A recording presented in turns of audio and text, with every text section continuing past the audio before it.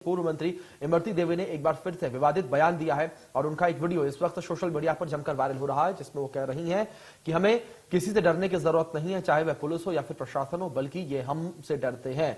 वहीं बीजेपी अनुसूचित जाति मोर्चा के राष्ट्रीय अध्यक्ष लाल सिंह आर्य की इमरती देवी के विवादित बयान पर प्रतिक्रिया सामने आई है। उनका कहना है कि इमरती देवी के बयान की उन्हें जानकारी नहीं है, लेकिन अगर उन्होंने ये बोला है तो उन्हें ऐसा नहीं कहना चाहिए था। तो वहीं दूसरी ओर आपको बता दें कि विवादित बयान पर कांग्रेस का कहना है कि इमरती देवी अपनी खोई हुई जमीन को तलाश रही हैं, इसलिए इस तरीके के विवादित बयान वो दे रही हैं।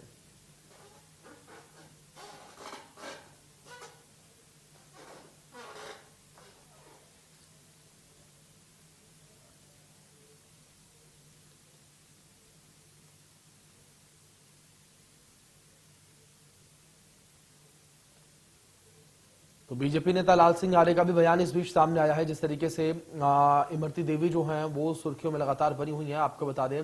और इमरती देवी की ओर से बयान सामने आया और लगातार इस पर अब राजनीतिक प्रतिक्रियाएं सामने आ रही हैं। बयान देने की बजाय वो करके दिखाना चाहिए उन्हें। जहाँ भी बाबा साहब की का सम्मान सभी पूरा देश करता है, और उनकी मूर्ति बनवाएं और बनवा के जहाँ जहाँ स्थान हो खरीदें और लगाएं। मूर्ति कौन मना कर रहा है, उनको लगाना चाहिए। तो सरकारी जगह में अलॉट कराएं, दिलाएं और उसको लगाएं, और उनका जो अभियान है उस अभियान को लगाएं, बजाय बयान देने की बजाय वो करके दिखाएं। वो सिर्फ बयान देना चाहती हैं, वो कुछ करना नहीं चाहती, क्योंकि अगर वो करना चाहती तो निश्चित रूप से वो आज जो स्थिति नहीं पैदा होती। वो अपनी खोई हुई जमीन को तलाश रही हैं। और भारतीय जनता पार्टी 51 से चल रही है। इतने वर्षों में भारतीय जनता पार्टी के किसी भी नेता ने कहा है कि अतिक्रमण करिए।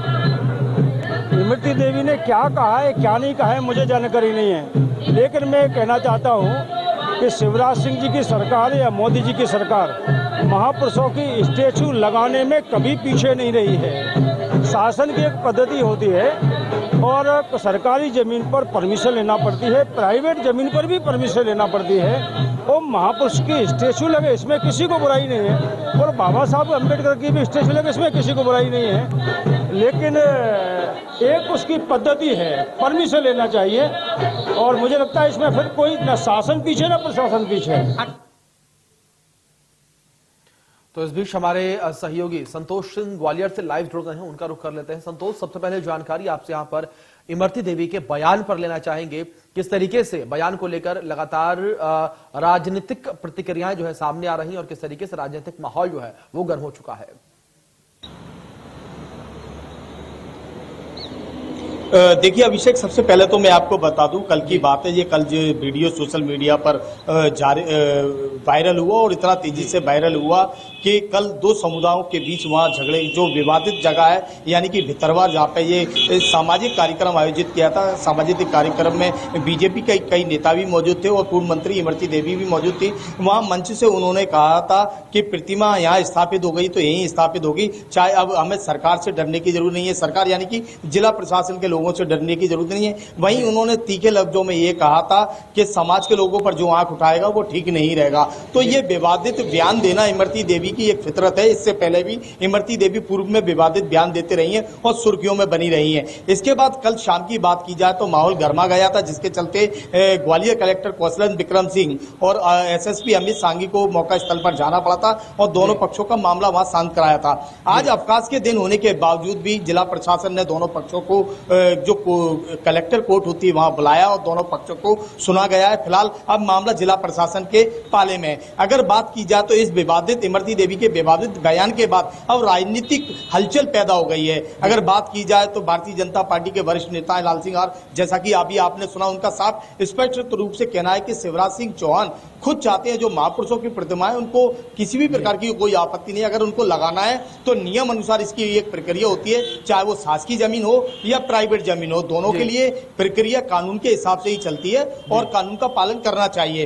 हालांकि उन्होंने ये अनिविज्ञता जताई कि उन्होंने अभी तक इमरती देवी का वो बयान नहीं सुना है जिससे ये विवाद की स्थिति उत्पन्न हुई है। वहीं कांग्रेस ने अब इस मामले में छुट्टियां लेना शुरू कर दिया है। बिल्कुल, कांग्रेस के विधायक तरीके से रिएक्ट कर रही है। संतोष, जिस तरीके से कांग्रेस रिएक्ट कर रही है, कांग्रेस की ओर से जिस तरीके से बयान सामने आ रहे हैं, उनकी ओर से कहा जा रहा है कि इमरती देवी इस वक्त अपनी खोई हुई जमीन जो है वो तलाश रही है। संतोष, जानकारी आपसे यहां पर लेना चाहेंगे कि मौजूदा समय में अगर हम बात करें प्रदेश की राजनीति को लेकर, तो क्या इमरती देवी कहीं ना कहीं प्रदेश की राजनीति से पिछड़ती हुई नजर आ रही है? जो उनका एक व्यापक असर कुछ समय पहले तक हुआ करता था जमीनी स्तर पर, क्या वो असर अब कम नजर आ रहा है?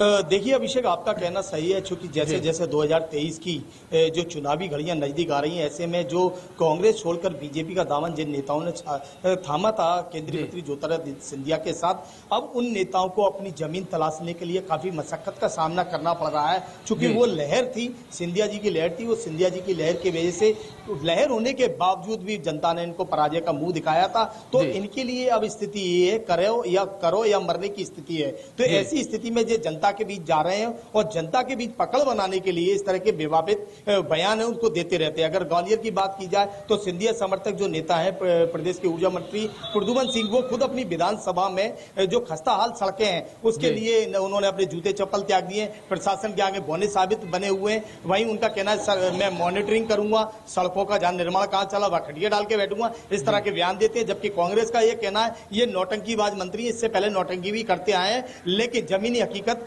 कुछ नहीं है। इसी तरह से इमरती देवी के मामले में भी कहा जा रहा है कि इनको करना धरना कुछ नहीं है। कांग्रेस का इस तरह के आरोप लगातार लगते रहे हैं बीजेपी के अब जो नेता इमरती देवी इन पर, तो इनका ये कांग्रेस के जो नेता सतीश सिकरवा, उन्होंने हाल ही में जो स्टेटमेंट दिया, जो आपकी अभी हमारे इंडियन न्यूज के दर्शकों को हमने दिखाया, उनका साफ तौर पर कहना है इमरती देवी सिर्फ बयानबाजी करना जानती है, हकीकत में कुछ करना नहीं चाहती है। अगर वो वाकई में कुछ करना चाहती है तो बयानबाजियों का दौर जो है वो जारी है। जिस तरीके से आपने भी जिक्र किया कि 2023 की जो आहट है वो नजदीक है। देखना दिलचस्प यहां पर होगा कि किस तरीके से 2023 में जनता इन बयानों को लेती है या फिर नकारती है। बहुत शुक्रिया आपका हमारे साथ जुड़ने के लिए, तमाम जानकारियों के लिए, खबरों